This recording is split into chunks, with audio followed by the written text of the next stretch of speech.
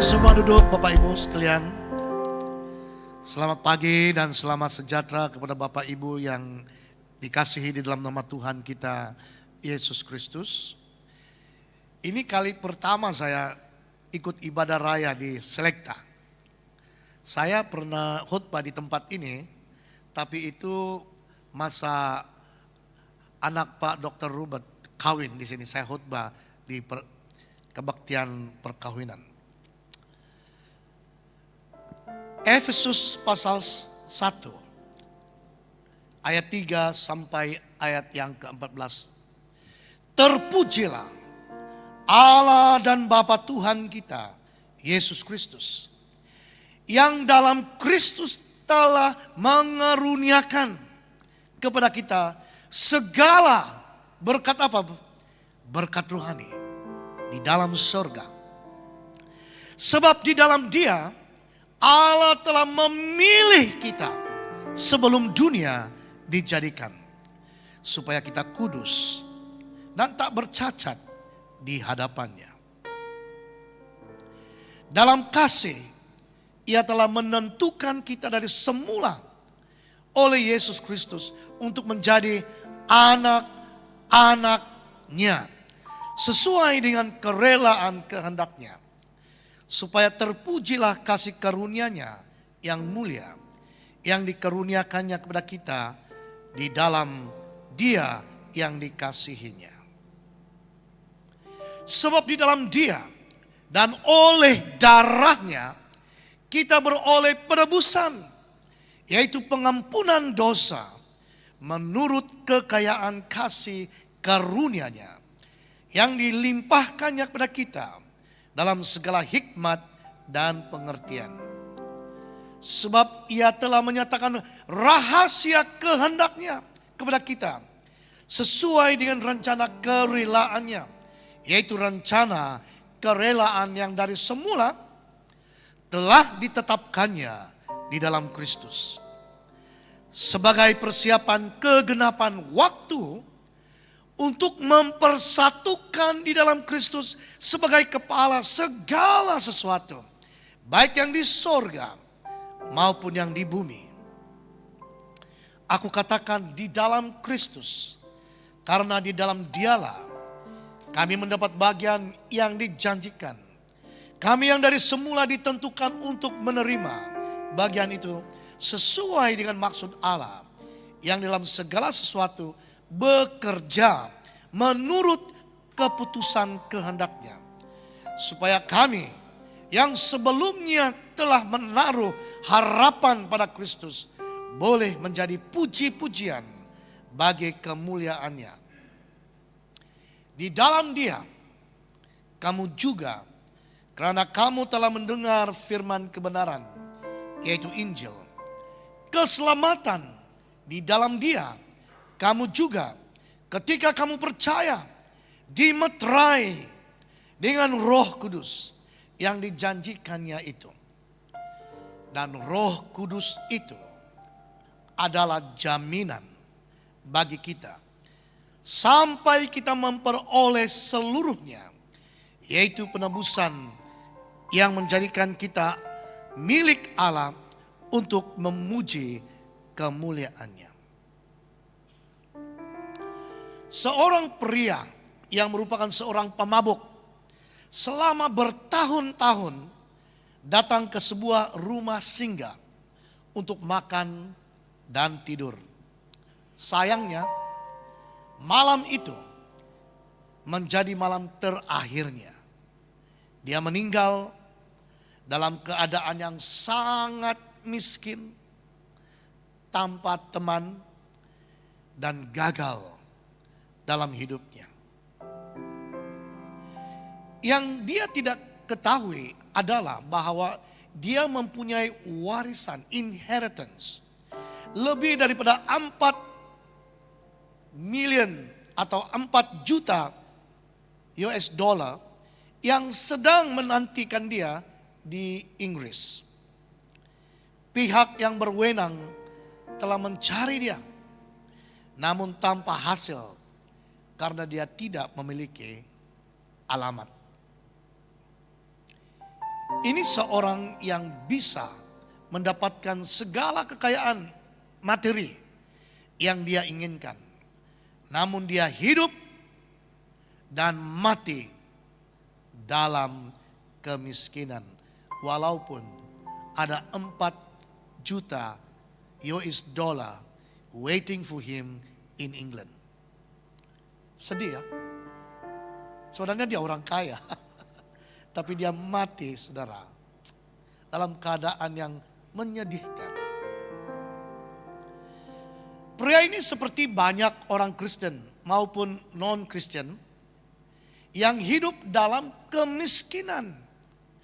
Karena mereka tidak menyadari sepenuhnya tentang kekayaan yang mereka miliki dalam Kristus. Tuhan telah menyediakan bagi kita segudang berkat.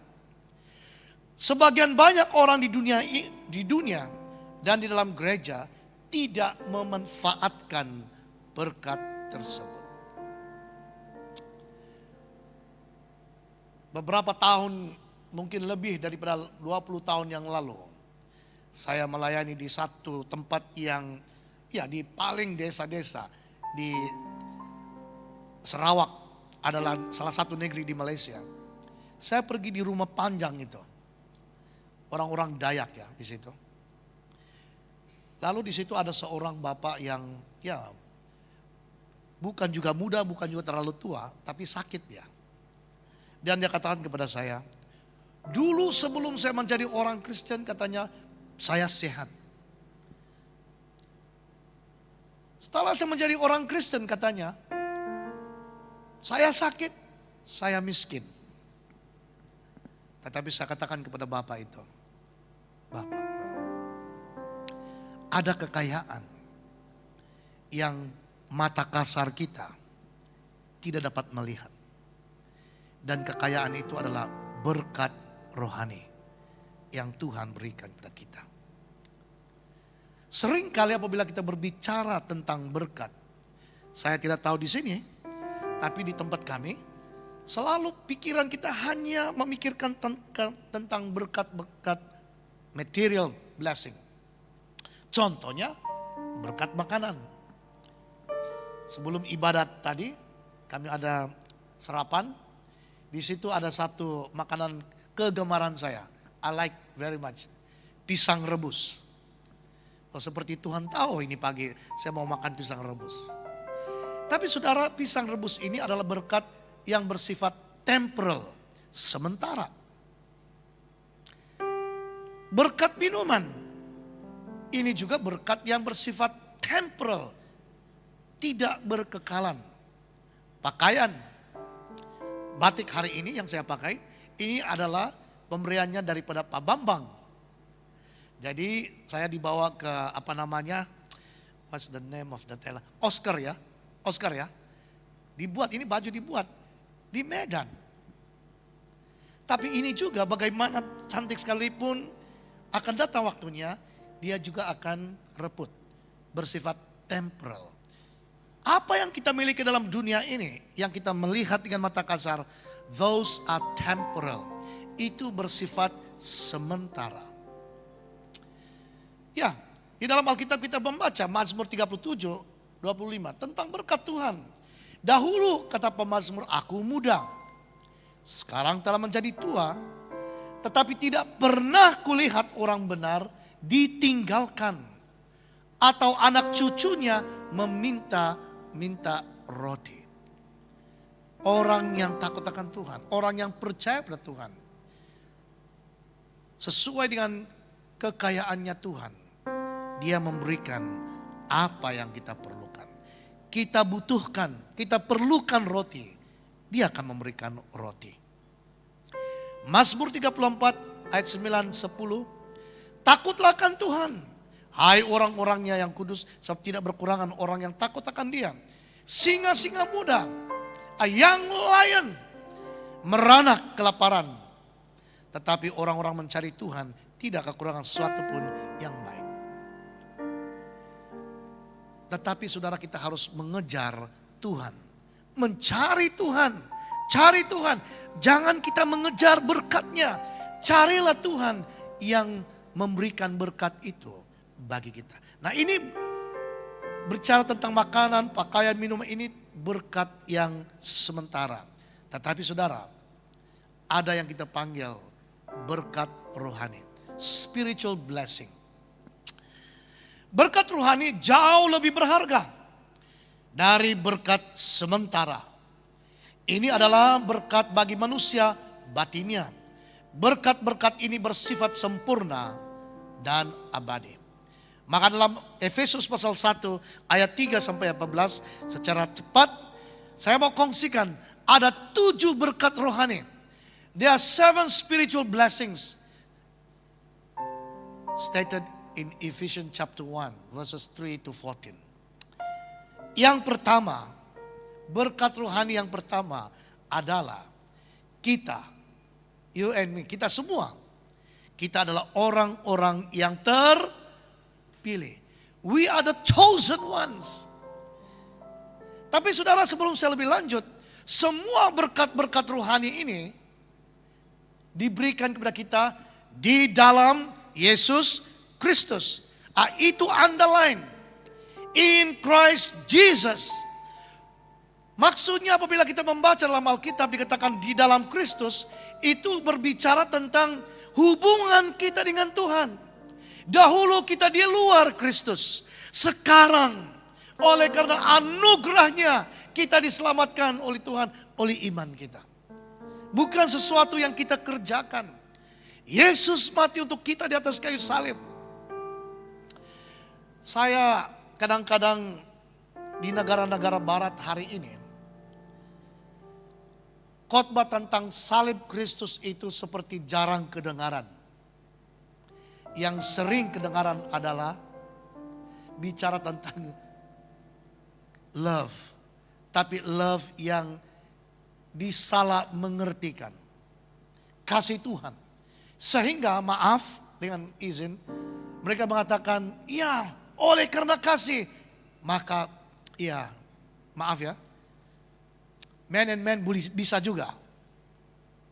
Saudara, jarang sudah kita mendengar khotbah tentang salib. Bagaimana kita mengerti, memahami tentang kasih Tuhan itu tanpa memahami apa itu dosa. Lalu saya katakan, how can we understand the love of God without understanding, without the proper understanding of sin? Karena dosalah Tuhan Yesus datang ke dalam dunia ini. Amin. Allah telah menyatakan kasihnya kepada kita selagi kita masih berdosa. Kristus mati untuk kita. Maka saudara, oleh karena apa yang Tuhan Yesus lakukan kepada kita, maka kita meresponi anugerah Tuhan itu dengan iman.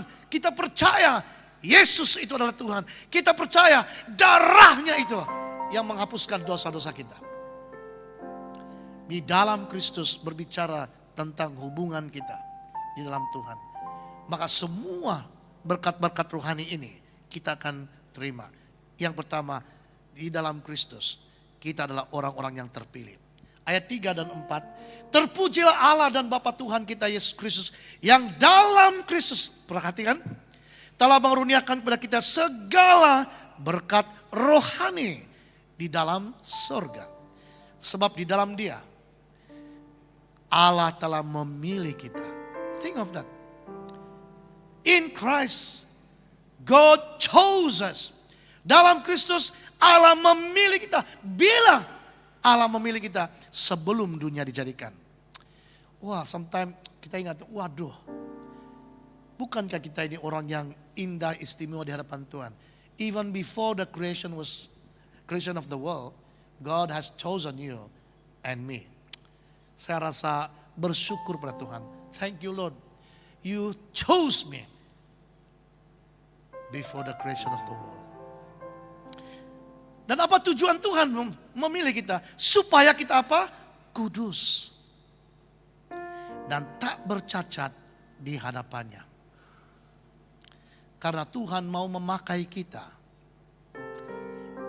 untuk menjadi kemuliaannya. Dia memakai hidup kita.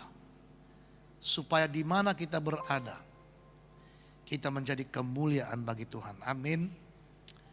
Yang kedua, kita adalah anak-anak yang diadopsi. Wah, ini satu istilah yang saya belajar ya daripada Vivian. Diadopsi, adoption. Kalau di Malaysia itu ada istilah anak angkat, tahu ya? Tahu itu istilah ya? Ini diadopsi ya.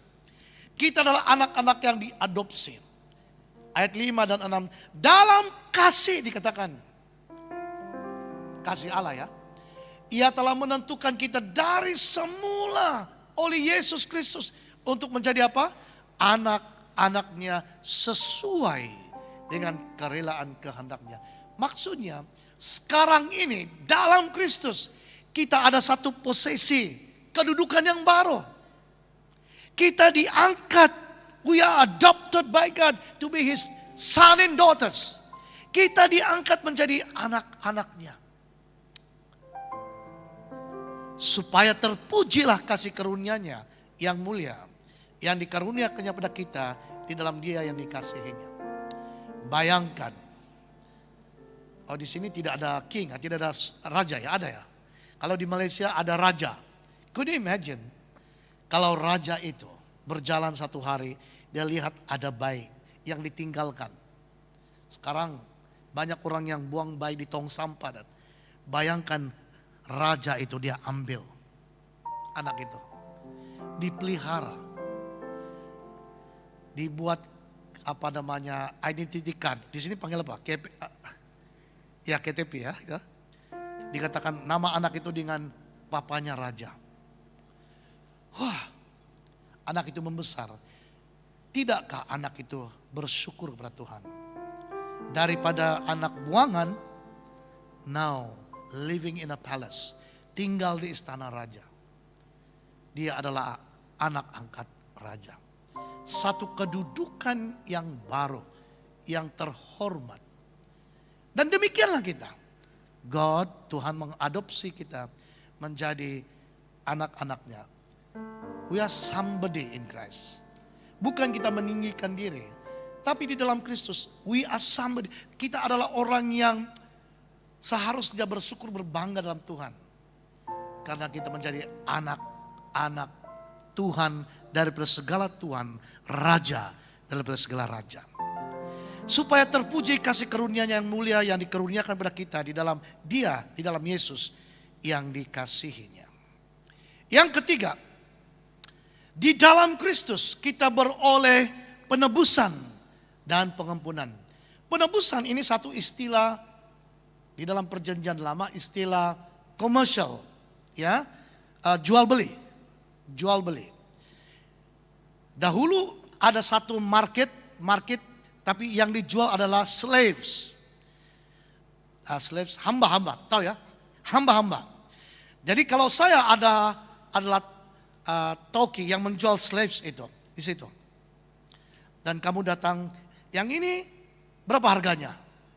Yang ini berapa harganya? Kamu lihat yang satu, dia kuat, gagah. Oh ini 100 juta contohnya lah, rupiah. Maka orang itu akan bayar tunai. Bayar 100 juta. Dan orang itu, slave itu akan ikut dia. The very moment bayarannya diberi, itu slave menjadi slave kepada orang yang membeli. Bukan saya lagi. Dan saya tidak boleh tuntut, itu saya punya. No. Itulah sebenarnya Tuhan Yesus lakukan. Kita dulu berdosa. Dia bayar kita dengan darahnya. Sekarang kita miliknya Tuhan Yesus. Amin saudara. So, yang ditebus oleh Tuhan bukan dosa. Yang ditebus oleh Tuhan adalah we are the object of His redemption. Kitalah yang ditebus oleh Tuhan. Jadi kita ditebus dengan darahnya dan melalui penebusan itu kita beroleh pengampunan dosa. Sebab di dalam Dia, di dalam Kristus lagi, perhatikan di dalam Dia. Dan oleh darahnya kita beroleh apa? Penebusan. Siapa yang ditebus? Saudara dan saya ditebus. Bukan dosa yang ditebus. Dia menebus kita, Dia menghapus dosa. Yaitu pengampunan dosa menurut kekayaan kasih karunia-Nya. Yang keempat, Dia memberikan kita hikmat. Dia memberikan kita pengertian. Yang dilimpahkannya kepada kita dalam segala hikmat dan apa? Pengertian. Bukankah Yakobus yang menulis kitab Yakobus, siapa di antara kamu yang kekurangan hikmat? Apa yang harus dia lakukan? Dia harus berdoa. If you lack wisdom, pray for wisdom. Saudara, apa itu hikmat? Hikmat itu lebih daripada setakat knowledge, pengetahuan. Banyak orang dalam dunia hari ini, dia banyak pengetahuan, tetapi sedikit hikmat. Hikmat, wisdom is the practical application of knowledge. Hikmat itu adalah satu tindakan praktik. Kita tahu tentang kebenaran firman Tuhan, janganlah mencuri. Orang yang berhikmat, dia melihat ada uang yang jatuh di lantai ini. Selepas ibadah, dia tidak akan ambil. Dan tidak ada orang yang lihat. Dia akan ambil itu dan iya ada uang yang terjatuh. Sebab dia ingat, dia tahu janganlah mencuri. Hikmat, it is a practical thing. Yang very praktik. Dia tahu, dia lakukan. Tetapi Tuhan memberikan hikmat kepada kita yang berdoa untuk hikmat. Dan Tuhan akan memberikan kepada orang yang berdoa kepadanya. Yang kelima, apa yang saya panggil berkat rohani pewahyuan akan kehendaknya. Sebab Ia telah menyatakan rahasia kehendaknya. Dia menyatakan rahasia kehendaknya. Rahasia itu sesuatu yang deep down in the heart. Di sini rahasia. Tetapi rahasia itu tidak lagi menjadi rahasia. Sebab Dia menyatakan kepada kita. The mysteries of God was revealed to us. And God Himself revealed His will to us. Tuhan sendiri yang menyatakan rahasianya kepada kita. Sebab Dia telah menyatakan rahasia kehendaknya kepada kita. Sesuai dengan rencana kerelaannya, yaitu rencana kerelaan yang dari semula telah ditetapkannya di dalam Kristus. Sebagai persiapan kegenapan waktu untuk mempersatukan di dalam Kristus sebagai kepala. Yesus adalah kepala kita. Okay. Segala sesuatu, baik yang di sorga maupun yang di bumi. Keenam, warisan atau inheritance. Oleh karena kita percaya pada Tuhan Yesus, kita diangkat menjadi anak-anak Allah. Kita ini pewaris-pewaris. Tahu itu perkataan pewaris ya? We are inheritors. Artinya sebagai anak-anak Allah, kita ini berhak menerima warisan-warisan yang Tuhan sudah sediakan bagi kita. Ayat 11, 12, aku katakan di dalam Kristus. Jadi perhatikan sekali lagi, the magic words in a sense, di dalam Kristus. Kalau bukan di dalam Kristus, semua berkat rohani ini tidak kita dapat terima, kita tidak akan mengalaminya. Aku katakan di dalam Kristus, in Christ. Karena di dalam Dialah kami mendapat bagian yang dijanjikannya. Kami yang dari semula ditentukan untuk menerima bagian itu. Dari awal, God has predestined us. Tuhan sudah menetapkan kita untuk menerima bagian itu. Sesuai dengan maksud Allah. Yang dalam segala sesuatu bekerja menurut keputusan kehendaknya. Supaya kami yang sebelumnya telah menaruh harapan pada Kristus boleh menjadi puji-pujian bagi kemuliaannya. Dalam 1 Petrus pasal 1 ayat 3-5. Terpujilah Allah dan Bapa Tuhan kita Yesus Kristus yang karena rahmat-Nya yang besar telah melahirkan kita kembali oleh kebangkitan Yesus Kristus dari antara orang mati. Kepada suatu hidup yang penuh apa? Pengharapan. Untuk menerima suatu bagian, perhatikan. Yang tidak dapat binasa. So warisan ini yang bakal kita terima ini adalah bersifat eternal. Kekal. Dia bukan temporal. Tidak dapat binasa, yang tidak dapat cemar dan tidak dapat layu. Dan ini tersimpan di mana? Di surga bagi kamu, kata firman Tuhan. Tersimpan di surga bagi saya, bagi Bapak Ibu semua. Apa itu? Sekarang mata kita tidak boleh melihatnya. But it is installed for us in heaven. It is kept for you and for me in heaven. Lalu kita membaca di ayat yang kelima, yaitu kamu dikatakan yang dipelihara dalam kekuatan Allah. Karena imanmu sementara kamu menantikan keselamatan yang telah tersedia untuk dinyatakan pada zaman akhir. Saudara-saudara sekalian, warisan itu akan dinyatakan, akan kita terima bila according masanya Tuhan. Dan yang ketujuh terakhir, berkat rohani di dalam Kristus. Apabila kita percaya kepada Dia, kita dimeterai, we are sealed with the Holy Spirit. Ada satu tanda. Kalau di gereja Anglikan ya, kalau seseorang itu sudah dibaptis ya, saudara, apabila dan dia akan menandakan tanda salib di atas dahimu. Alkitab bicara kepada kita, setiap kita yang percaya pada Tuhan, kita dimeterai, dicop, meterai dengan Roh Kudus. Nah, kalau di dalam gereja Anglikan juga, kalau kita ada pentabisan menjadi bishop ya, ada orang ditabis bishop. Jadi kami yang bishop ada di situ, itu cincin ini ya, ini cincin ya. Kadang-kadang